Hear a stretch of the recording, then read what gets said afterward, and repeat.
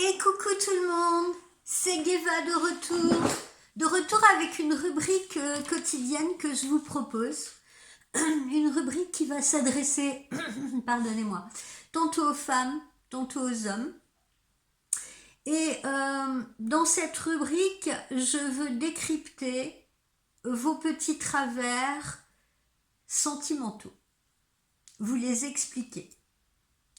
Cette rubrique s'appelle Geva décode. J'ai dit décode, hein. D'accord. Alors, ce soir, pour commencer cette série de rubriques, eh bien, je vous propose ce que j'appelle le syndrome de la réparatrice d'hommes. Et là, je m'adresse aux filles.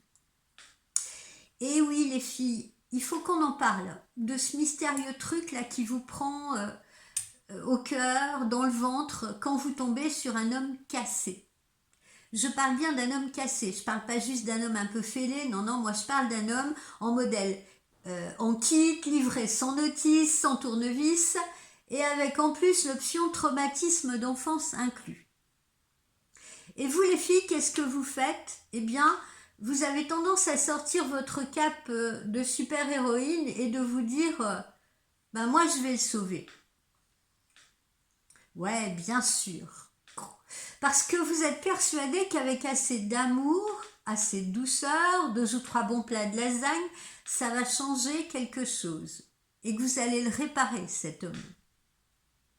Eh bien, je suis désolée de vous contrarier ou de vous contredire, mais moi, je vous dis non. Parce qu'à la fin, ma chérie, c'est toi qui vas finir démonté et pas lui.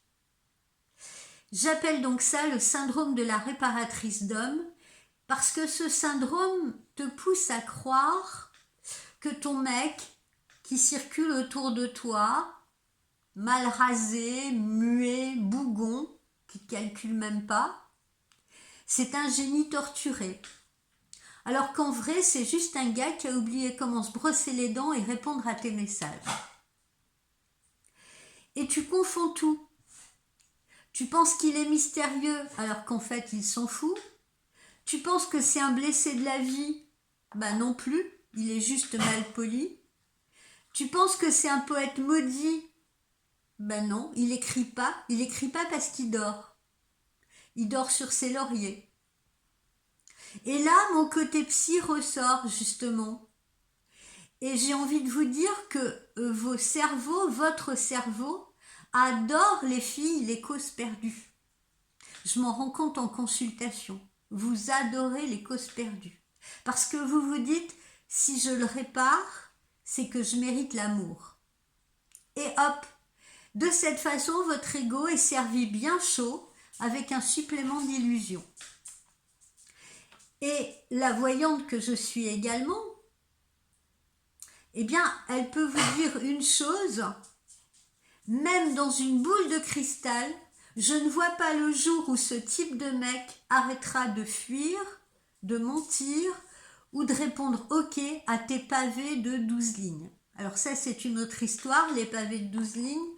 On en reparlera dans une autre rubrique parce que les femmes ont tendance à écrire des romans par texto que les hommes lisent en diagonale et eux ne répondent en général que par 2 ou 3 mots brefs et concis.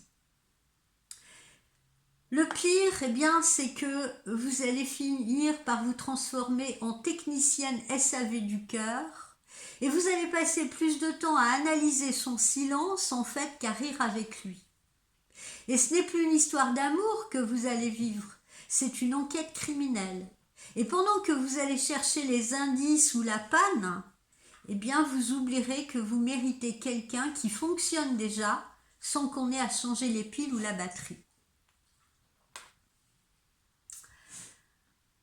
Alors, mes amis, mes fidèles clientes, un conseil. La prochaine fois que vous tombez sur un homme en travaux, souvenez-vous, vous n'êtes ni sa mécanicienne, ni son assistante sociale, ni sa psy. Et votre cœur mérite un homme fini et non pas un homme en chantier.